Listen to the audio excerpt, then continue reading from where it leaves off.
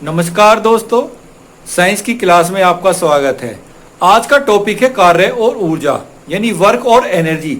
कार्य जो है उसको हम पार्ट 1 में आपको समझा चुके हैं। आज का जो टॉपिक होगा वो होगा एनर्जी यानी ऊर्जा। सबसे पहले जान लेते हैं कि ऊर्जा होती क्या है। किसी वस्तु की कार्य करने की क्षमता को उस वस्तु की ऊर्जा कहते हैं। ये तो इसकी डेफिनेशन होगी। उसके बाद और जान लेते हैं, ऊर्जा के रूपांतरण द्वारा ही कार्य किया जाता है। ऊर्जा एक अदिश राशि है। वस्तु पर किया गया कार्य ऊर्जा के रूप में संचित होता है। ऊर्जा युक्त वस्तु बल लगाने में सक्षम होती है। इसके अलावा जान लेते हैं ऊर्जा के बारे में। ऊर्जा विभिन्न प्रयोगों द्वारा एक रूप से दूसरे रूप में परिवर्तित की जा सकती है। इन परिवर्तनों में ऊर्जा की मात्रा सर्वदा एक ही रहती है, इसमें कभी कमी नहीं होती। इसे ऊर्जा अविनाशिता सिद्धांत भी कहते हैं। जैसा कि हम जानते हैं कि कार्य कर सकने की क्षमता को ऊर्जा कहते हैं, परंतु सारी ऊर्जा को कार्य में परिणित करना संभव नहीं होता। इसलिए यह कहना अधिक उपयुक्त होगा कि ऊर्जा वह मात्रा है जो उतनी ही घटती है जितना कार्य होता है।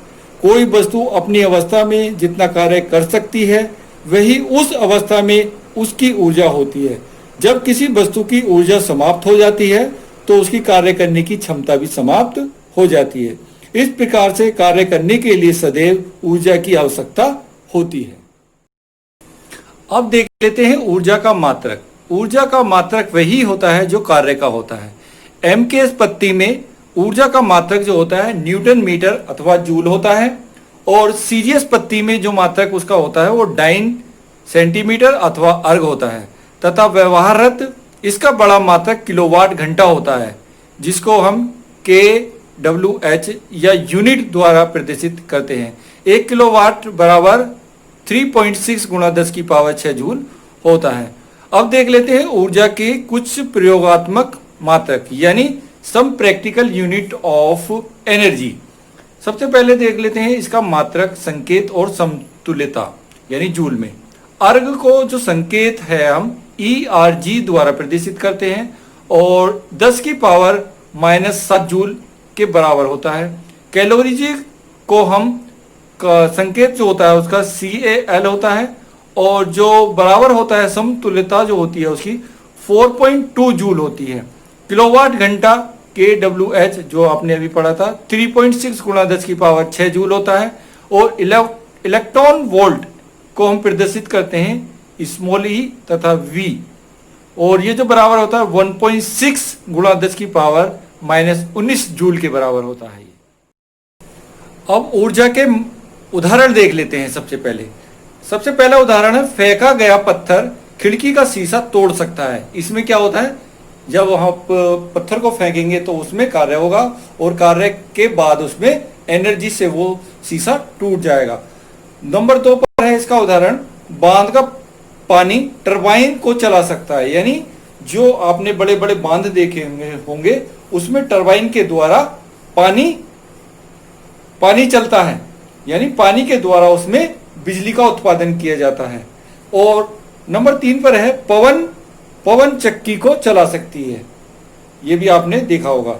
अब देख लेते हैं कि ऊर्जा की आवश्यकता क्यों पड़ती है, यानी नीड ऑफ एनर्जी। हमारे जीवन में ऊर्जा का प्रयोग बहुत ही महत्वपूर्ण है। विद्युत मोटर, विद्युत इस्त्री, विद्युत बल्ब, भाप इंजन, सोलर सेल आदि इत्यादि को प्रचलित करने के लिए हमें ऊर्जा की आवश्यकता पड़ती है। नंबर 1 पर देख लेते हैं, मनुष्य को दैनिक जीवन में ईंधन तथा विद्युत ऊर्जा की आवश्यकता होती है। नंबर 2 पर है, सभी ईंधन अधिकतर कार्बन के यौगिक होते हैं तथा उनके ज्वलन से ऊष्मा तथा प्रकाश उत्पन्न होती है। जैसे लकड़ी है, कोयला है, लिग्नाइट है, केरोसिन है, पेट्रोल है, द्रवित पेट्रोलियम गैस यानी LPG गैस जो आप घरों में यूज करते हैं, प्राकृतिक गैस है। इन सब में क्या होता है, स्टोर रहता है, ऊर्जा इनके अंदर स्टोर रहती है। नंबर 3 पर देख लेते हैं, ऊर्जा का आर्थिक विकास के साथ एक महत्वपूर्ण संबंध है। यह स्पष्ट है कि आर्थिक विकास के लिए ऊर्जा आवश्यक है। नंबर 4 पर देख लेते हैं, ऊर्जा धन के समान है, वह उपयोगी है क्योंकि इसे अनेक भिन्न भिन्न रूपों में परिवर्तित किया जा सकता है। जैसे धन को आप आवश्यकता पड़ने पर यूज करते हैं, उसी प्रकार से ऊर्जा को भी जब उपयोगी होगा तब उसका यूज कर सकते हैं किसी भी रूप में। नंबर 5, दैनिक जीवन में हम अनेक उपकरण या मशीनों का उपयोग करते हैं जो ऊर्जा के रूप को दूसरे रूप में परिवर्तित करता है। इस प्रकार से यह ऊर्जा के उपयोग आवश्यकता हो गई। अब देख लेते हैं ऊर्जा के उपयोग, यूसेज ऑफ एनर्जी, यानी ऊर्जा का कहां कहां उपयोग होता है। नंबर 1 पर है जैसे समस्त कार्यों को करने के लिए ऊर्जा का उपयोग होता है। जो भी हम कार्य करते हैं उसमें क्या होता है, ऊर्जा का उपयोग होता है। नंबर 2 पे कल कारखानों को चलाने के लिए ऊर्जा का उपयोग किया जाता है। नंबर 3 पर है मोटर वाहनों को चलाने में ऊर्जा का उपयोग किया जाता है। प्रकाश के लिए ऊर्जा का प्रयोग किया जाता है। भोजन को पचाने के लिए ऊर्जा का प्रयोग किया जाता है। जीवन के लिए ऊर्जा का उपयोग किया जाता है। अध्ययन के लिए ऊर्जा का उपयोग किया जाता है। इसके बाद देख लेते हैं ऊर्जा के विभिन्न रूप, यानी डिफरेंट फॉर्म ऑफ एनर्जी। ऊर्जा के विभिन्न रूप निम्न प्रकार हैं। नंबर 1 पर आता है यांत्रिक ऊर्जा, यानी मैकेनिकल एनर्जी। दूसरा नंबर है रासायनिक ऊर्जा, केमिकल एनर्जी। तीसरा है ऊष्मीय ऊर्जा, हीट एनर्जी। प्रकाशीय ऊर्जा, लाइट एनर्जी। नंबर 5 पर ध्वनि ऊर्जा, साउंड एनर्जी। नंबर 6 पर है चुंबकीय ऊर्जा, मैग्नेटिक्स एनर्जी। और नंबर 7 पर है विद्युत ऊर्जा, यानी इलेक्ट्रिक एनर्जी। अब इन सभी को हम क्रम से एक के बाद एक समझाएंगे, यानी स्टेप बाय स्टेप आपको थोड़ा थोड़ा समझाएंगे इसके बारे में। सबसे पहले आता है आपका यांत्रिकी ऊर्जा, यानी मैकेनिकल एनर्जी। यानी मैकेनिकल एनर्जी क्या होती है? किसी वस्तु में उसकी गति या विशेष स्थिति के कारण जो कार्य करने की क्षमता होती है उसे यांत्रिकी ऊर्जा कहते हैं। जैसे खिंची हुई स्प्रिंग, खिंची हुई तीर कमान, गुलेल, बहता हुआ पानी, गतिमान रेलगाड़ी, गतिमान वायु आदि में यांत्रिकी ऊर्जा होती है। जैसे आपने रबड़ बैंड देखी होगी तो उसे जब हम खींचते हैं तो उसमें एक एनर्जी लगती है। जैसे आपने तीर कमान, उसे खींचा तो उसमें क्या हुआ, यांत्रिकी एनर्जी होती है उसमें। अब यांत्रिकी ऊर्जा भी 2 प्रकार की होती है। एक होती है आपकी गतिज ऊर्जा और एक होती है स्थिति ऊर्जा, जिसे इंग्लिश में काइनेटिक एनर्जी और पोटेंशियल एनर्जी कहते हैं। नंबर 1 पर देखते हैं गतिज ऊर्जा, यानी काइनेटिक एनर्जी। काइनेटिक एनर्जी को कैसे प्रदर्शित करेंगे, किस प्रकार से इसकी परिभाषा देंगे? किसी गतिशील वस्तु में उसकी गति के कारण जो कार्य करने की क्षमता होती है उसे वस्तु की गतिज ऊर्जा कहते हैं। गतिज ऊर्जा का सूत्र जो होता है 1/2 mv² होता है। उदाहरण के लिए जैसे आंधी में टीन उड़ाने की क्षमता गतिज ऊर्जा के कारण ही होती है। नंबर 2 पे देखते हैं स्थितिज ऊर्जा, यानी पोटेंशियल एनर्जी। इसकी परिभाषा कैसे देंगे, इसको देख लेते हैं। किसी वस्तु में विशेष स्थिति अथवा विशेष अवस्था के कारण कार्य करने की जो क्षमता होती है उसे उसकी स्थिति ऊर्जा कहते हैं। स्थिति ऊर्जा बराबर होती है mgh, यानी द्रव्यमान गुणा त्वरण गुणा ऊंचाई। उदाहरण है इसके तनी हुई तीर कमान, खिंची हुई रबड़ बैंड, दबी हुई स्प्रिंग, चाबी भरी हुई घड़ी की स्प्रिंग आदि। ये आपका हुआ आपका। अब नंबर 2 पर देख लेते हैं रासायनिक ऊर्जा, यानी केमिकल एनर्जी क्या होती है। उसको समझने के लिए जैसे हमारे शरीर को भोजन से ऊर्जा मिलती है। भोजन के पचने पर ऑक्सीजन की उपस्थिति में रासायनिक क्रियाएं होती हैं जिससे ऊर्जा मुक्त होती है। इसी ऊर्जा से हमारा शरीर कार्य करता है। भोजन में ऊर्जा रासायनिक ऊर्जा के रूप में संचित रहती है। जैसे भाप के इंजन में कोयला के द्वारा क्या चलती है, रेलगाड़ी चलती है। कार में पेट्रोल और डीजल के द्वारा ही आपकी गाड़ी चलती है। और उदाहरण जैसे देख लेंगे, कोयला है, पेट्रोल है, खनिज तेल है। अन्य ईंधनों में स्थितिज ऊर्जा रासायनिक ऊर्जा के रूप में संचित होती है। तीसरे नंबर पर आता है आपका ऊष्मीय ऊर्जा, यानी हीट एनर्जी। किसी वस्तु में ताप के कारण होने वाली ऊर्जा को ऊष्मीय ऊर्जा कहते हैं। यानी इसमें जो होता है मेनली होता है टेम्परेचर के कारण जो भी ऊर्जा उत्पन्न होती है वही ऊष्मा ऊर्जा कहलाती है। ऊर्जा का एक स्वरूप ऐसा भी होता है जिसका अनुभव हम अपनी स्पर्श क्रिया से करते हैं। जब हम धूप में खड़े होते हैं तो इसका अनुभव हमें होता है। उस समय हम कह सकते हैं कि सूर्य से ऊष्मा मिलती है, हम गर्मी का अनुभव करते हैं। ऊर्जा का यह स्वरूप ही ऊष्मा कहलाता है। ऊष्मा 2 वस्तुओं के बीच अथवा संपर्क में रखी 2 वस्तुओं के बीच तत्पर होने पर ऊष्मा ताप से निम्न ताप की ओर प्रसारित होती है। ऊष्मा का मात्रक जो होता है वो किलो कैलोरी एवं जूल होता है। उसके बाद हम देख लेते हैं प्रकाशीय ऊर्जा यानी लाइट एनर्जी। लाइट एनर्जी होती क्या है? प्रकाश ऊर्जा एक ही रूप है जो हमारी दृष्टि के संवेदन का कारण होता है। प्रकाश विद्युत बल्ब, सूर्य, मोमबत्ती, लैंप इत्यादि स्रोतों से प्राप्त होती है। सूर्य संपूर्ण ऊर्जा का स्रोत होता है जो निःशुल्क ऊष्मा तथा प्रकाश ऊर्जा प्रदान करता है। यानी इसमें जो सूर्य होता है वो इसका सबसे बड़ा केंद्र होता है। यानी सूर्य जो होता है हमें प्रकाश निःशुल्क प्रदान करता है। प्रकाश के स्रोत कुछ पदार्थ स्वयं प्रकाशमान होते हैं जैसे सूर्य होता है। इससे हमें पृथ्वी तथा अन्य ग्रह को प्रकाशित होते हैं। इस प्रकार स्वयं प्रकाशित पदार्थों को स्वदीप कहते हैं। इसके अतिरिक्त कुछ स्वदीप के कृत्रिम साधन भी होते हैं जैसे विद्युत लैंप, यानी वो स्वयं प्रकाश उत्पन्न नहीं करते, इसलिए उन्हें क्या कहते हैं? कृत्रिम साधन कहते हैं। कुछ दीप्तमान स्वयं प्रकाश का सृजन नहीं करते परंतु उनसे हमको प्रकाश उत्पन्न होता है। रात्रि में चंद्रमा अपने ऊपर पड़ने वाले प्रकाश को पृथ्वी की ओर लौटाता है, अतः चंद्रमा दीप्तमान है पर स्वदीप्त नहीं है। प्रकाश एक सरल रेखा में गति करता है या चलता है। उसके लिए एक प्रयोग दिया गया है। उसमें होता क्या है देखेंगे आप। प्रकाश एक सीधी रेखा में गति करता है। इस गुण को प्रदर्शित करने के लिए गत्ते के 3 टुकड़े लेते हैं। तीनों टुकड़ों के बीचों बीच एक छोटा छिद्र बना लेते हैं। लकड़ी के टुकड़ों पर प्रकाश स्रोत के रूप में एक जलती हुई मोमबत्ती को रखते हैं।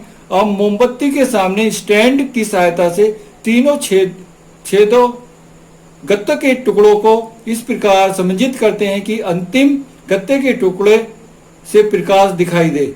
अंतिम गत्ते के छिद्र से नेत्र द्वारा मोमबत्ती का प्रकाश दिखाई दे।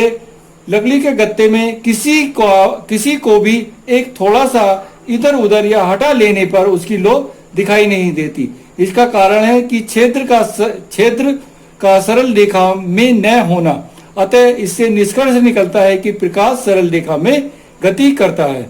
इस प्रकार से हम देखते हैं कि प्रकाश जो है एक सीधी रेखा में गति करता है। अब देख लेते हैं कि जो प्रकाश होता है वो कैसे कैसे होता है।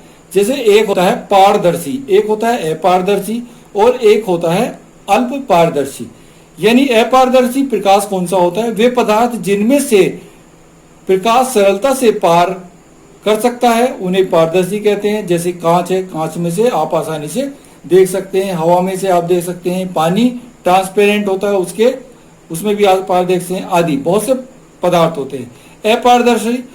अपारदर्शी वे पदार्थ जिनमें प्रकाश आर पार नहीं दिखाई देता, अर्थात जिसके आर पार नहीं देख सकते। जैसे लकड़ी है, पत्थर है, लोहा है, इनके आर पार हम नहीं देख सकते, तो ये कैसे हैं? अपारदर्शी। तीसरा आता है अल्प पारदर्शी। वे पदार्थ जिनमें प्रकाश का कुछ भाग दिखाई दे तथा कुछ अवशोषित हो जाता है, जैसे तेल लगा हुआ कागज और घिसा हुआ कांच। इसमें से प्रकाश थोड़ा सा अवशोषित हो जाता है और थोड़ा सा आर पार दिखाई देता है। प्रकाश ऊर्जा के उपयोग सबसे पहले है इसमें सूर्य से प्राप्त प्रकाश ऊर्जा को सोलर पैनल के द्वारा विद्युत ऊर्जा में परिवर्तित किया जाता है। जो घरों में आप सोलर पैनल लगाते हैं उसमें क्या होता है? सूर्य के प्रकाश से ऊर्जा उत्पन्न होती है। दूसरा है विद्युत उत्पादन में। विद्युत उत्पादन में भी प्रकाश से ऊर्जा का यूज होता है। अब देख लेते हैं ध्वनि ऊर्जा यानी साउंड एनर्जी क्या होती है, उसके बारे में हम बताते हैं। सबसे पहले जब कोई ध्वनि कानों के पर्दों पर पड़ती है तो कान का पर्दा कंपन करता है। ध्वनि के द्वारा कान के पर्दों को कंपित करने के कारण ऊर्जा मिलती है जिससे सुनने में सहायता मिलती है। वस्तुओं के कंपन से उत्पन्न कार्य को ध्वनि ऊर्जा कहते हैं, जिसके कारण ध्वनि उत्पन्न होती है। जैसे सितार वादन, हारमोनियम, मंदिर की घंटी आदि अधिक शोर कंपन प्रति सेकंड पर निर्भर करता है। ध्वनि जो संगीत ध्वनि नियमित और आवर्ती कंपनों से मिलकर बनी होती है, जो हमेशा हमारे कानों को मधुर लगती है, जैसे पियानो आदि से उत्पन्न ध्वनि, जबकि शोर कर्णप्रिय नहीं होती क्योंकि यह अनियमित कंपनों से मिलकर बनती है। संगीत की ध्वनि एक दूसरे से निम्नलिखित विशेषताओं के कारण पहचानी जाती है, जैसे उसकी तीव्रता होती है, उसकी पिच होती है और उसके गुण होते हैं। ध्वनि ऊर्जा का एक रूप है जो हमारे कानों को सुनाई देता है। ध्वनि की तरंगे किसी माध्यम में उत्पन्न एक कंपन मान विकृति है जो दो बिंदुओं को सीधे संपर्क किए बिना ही ऊर्जा एक बिंदु से दूसरे बिंदु तक ले जाती है। जैसे बादलों में बिजली कड़कने से इमारतों में कंपन होने लगता है, तो वो क्या है, एक साउंड एनर्जी है। माइक्रोफोन एक प्रकार का उदाहरण है जो विद्युत ऊर्जा को ध्वनि ऊर्जा में परिवर्तित करता है। साउंड जो होती है उसमें एक इको साउंड होता है, यानी प्रतिध्वनि। जैसा हम बोलते हैं हमें थोड़ी देर बाद वो सुनाई देता है, उसको कहते हैं इको ध्वनि यानी इको साउंड। यानी इसको कैसे परिभाषित करेंगे, प्रकाश किरणों के परावर्तन के समान ध्वनि तरंगों में परावर्तन होता है। जब हम किसी पहाड़ के सामने खड़े होकर या अंधे कुएं में से या किसी भवन के गुंबद के नीचे खड़े होकर बोलते हैं तो वही ध्वनि कुछ समय बाद हमें सुनाई देती है। उसे क्या कहते हैं, प्रतिध्वनि यानी इको साउंड कहते हैं। इसका कारण ध्वनि से उत्पन्न तरंग पहाड़, कुएं तल या गुंबद की दीवार से टकराकर परावर्तित होकर पुनः हमारे कानों में सुनाई देते हैं। अर्थात किसी अवरोध में परावर्तन के कारण ध्वनि की पुनरावृत्ति को प्रतिध्वनि कहते हैं। इसमें देख लेते हैं कि ध्वनि ऊर्जा के उपयोग कहाँ कहाँ होते हैं। ध्वनि यंत्रों को बजाने में, जैसे गिटार है, हारमोनियम है, इस तरह के यंत्रों में इसका प्रयोग किया जाता है। और चिकित्सा के क्षेत्र में भी ध्वनि ऊर्जा का उपयोग किया जाता है। उसके बाद देखते हैं हम 6 नंबर पे आता है आपका विद्युत ऊर्जा यानी इलेक्ट्रिकल एनर्जी। इलेक्ट्रिकल एनर्जी क्या होती है, विद्युत ऊर्जा का एक रूप है। किसी निश्चित समय में विद्युत धारा द्वारा किए गए कार्य की मात्रा विद्युत ऊर्जा कहलाती है। विद्युत बल्ब विद्युत ऊर्जा को प्रकाश में परिवर्तित करती है। विद्युत ऊर्जा से बल्ब में लगा फिलामेंट श्वेत तप्त हो जाता है तथा प्रकाश उत्पन्न करता है।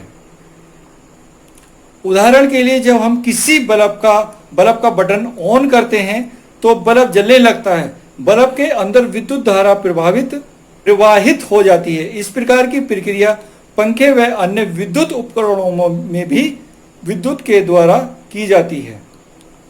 विद्युत के द्वारा कारखानों की मशीनें, रेलगाड़ी, एयर कंडीशनर, वैज्ञानिक उपकरण आदि को संचालित किया जाता है। इस प्रकार हम समझते हैं कि विद्युत में कार्य करने की क्षमता होती है, अतः विद्युत एक प्रकार की ऊर्जा है। विद्युत ऊर्जा का उपयोग यानी यूजेस ऑफ इलेक्ट्रिकल एनर्जी। इसका विद्युत मशीनों को चलाने में विद्युत ऊर्जा का प्रयोग किया जाता है और गाड़ी मोटर को चलाने में विद्युत ऊर्जा का प्रयोग किया जाता है। अब आते हैं आपके लास्ट जो पार्ट है इसका, चुंबकीय ऊर्जा या आवेशित ऊर्जा यानी मैग्नेटिक्स एनर्जी। जान लेते हैं इसको। किसी लोहे की वस्तु को लोहे पर चिपकाने से और दिशाओं का पता लगाने के लिए जिस वस्तु का उपयोग किया जाता है उसे चुंबक कहते हैं। लोह वस्तुओं को अपनी ओर आकर्षित करने के लिए चुंबक द्वारा ऊर्जा निकलती है, उसे चुंबकीय ऊर्जा कहते हैं। चुंबकीय ऊर्जा के प्रकार, 2 प्रकार की चुंबकीय ऊर्जा होती है। एक होती है प्राकृतिक चुंबक और एक होती है कृत्रिम चुंबक। प्राकृतिक चुंबक को जान लेते हैं। एसिना माइनर के मैग्नीशिया नामक स्थान में गहरे भूरे रंग का एक खनिज पाया जाता है जो स्वतंत्र रूप से लटकाने पर उत्तर दक्षिण दिशा में ठहर जाता है और वस्तुओं को अपनी ओर आकर्षित कर लेता है। यही प्राकृतिक चुंबक कहलाता है। नंबर 2 पे देख लेते हैं कृत्रिम चुंबक। वे चुंबक जो कृत्रिम विधि द्वारा बनाए जाते हैं कृत्रिम चुंबक कहलाते हैं। चुंबकीय ऊर्जा के उपयोग, जैसे टेलीफोन के रिंगर में चुंबकीय ऊर्जा का प्रयोग किया जाता है, स्पीकर में किया जाता है, क्रेन, मोटर, टेलीफोन हेडफोन इत्यादि के बनाने में चुंबकीय ऊर्जा का प्रयोग किया जाता है या अविसित ऊर्जा का उपयोग किया जाता है। इस प्रकार से ये आपका वर्क एंड एनर्जी का जो टॉपिक है आपका ऊर्जा वो समाप्त होता है। तो जो हमने आज पढ़ा वो ऊर्जा की डेफिनेशन, ऊर्जा के उपयोग, ऊर्जा का मात्रक और ऊर्जा के विभिन्न रूपों को पढ़ा, जिसमें मेन थे आपके यांत्रिकी ऊर्जा, रासायनिक ऊर्जा, ऊष्मीय ऊर्जा, प्रकाशीय ऊर्जा, ध्वनि ऊर्जा, चुंबकीय ऊर्जा और विद्युत ऊर्जा। इस प्रकार से ये टॉपिक समाप्त होता है। अगर टॉपिक में कोई भी प्रॉब्लम हो उसको कमेंट्स द्वारा बताएं। वीडियो पसंद आए तो लाइक और शेयर करें, चैनल को सब्सक्राइब करें। Thank you.